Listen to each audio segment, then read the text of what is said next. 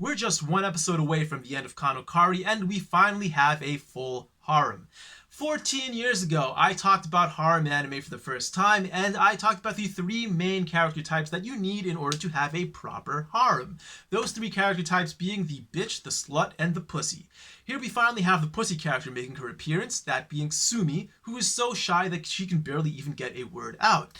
Now obviously Mommy is the bitch character, and the slut character is kind of hard to pin down here because by virtue of so many characters being rental girlfriends, everyone is somewhere on the slut spectrum. However, if I had to give it to anyone, it would be Ruka, because she is the one who is most in tune with her own bodily desires, and she's the one who's chasing those desires more than anyone else. So I'd give that to her. Mommy's the bitch, and finally, Sumi is the pussy. So let's talk about this pussy character, the shy girl fetish, and why otaku love them so much, and whether this is how shy girls actually act in the real world. Perhaps unsurprisingly, it is not.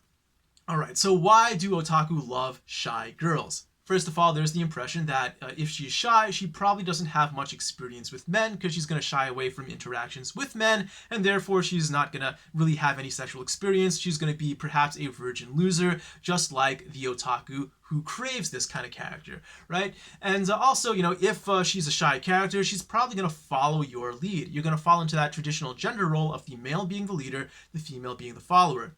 She's not going to fight back. She's not going to complain. She's going to be okay if you take things slowly and you don't know what you're doing because she probably doesn't know any better. And unlike maybe an outspoken girl is going to complain more, she's going to demand that you do this and do that. But a shy girl is going to be sweet. She's going to be docile. She's going to follow your lead. And there are other reasons on top of this, but those are the main reasons why otaku love shy girls. So how does this play out in the real world? To some extent, it may, just to a very small extent, it may follow along with the typical otaku fantasy. Yes, there are girls who are so shy that they're going to avoid interactions with men, and because of that, they're going to be inexperienced, and if they actually find a guy they like, they'll probably be meek and obedient. But for the most part, that's not how things work in this day and age.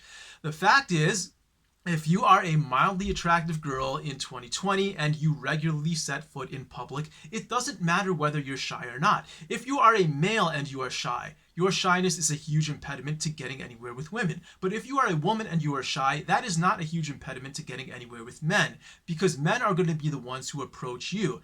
And think about this. If you are a shy girl and you are approached by an aggressive and attractive male, what are you going to do? Are you just going to run away from that?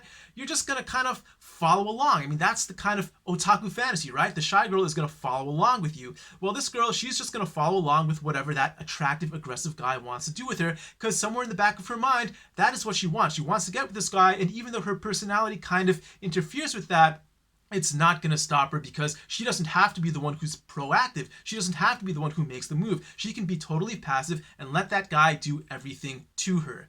If you've ever heard a girl use the phrase, well, it just kind of happened. Well, that's exactly what this is. It's just the girl being passive and the man making all the moves, him being the one making all the deliberate calculations, it being tough on the man to get anywhere, but the girl doesn't have to do anything to get what her body wants. So, shy girls, they're still sleeping around. Sorry to bust your fantasy, but that's how it works. But of course, this anime is a fantasy. This shy girl, Sumi, she probably actually doesn't have much experience with men, even though she's actually in the sex industry herself. So, some guys are actually going to like her. I don't know how Kazuya actually feels about her. Sure, she thinks she is physically attractive, but other than that, I mean, he has Ruka. Ruka is physically attractive too, and she's actually making strong moves on him, but he's still saying no. So the chances of Kazuya actually getting anywhere with Sumi, I would say, are next to zero. Alright, so the next episode is the final episode. I'm going to do one final Red Pill analysis of that. I hope this gets a second season because I'm told that later on in the manga, the story does get more interesting. But right now, we're getting sort of, I guess, a typical, the anime is an advertisement for the manga kind of anime.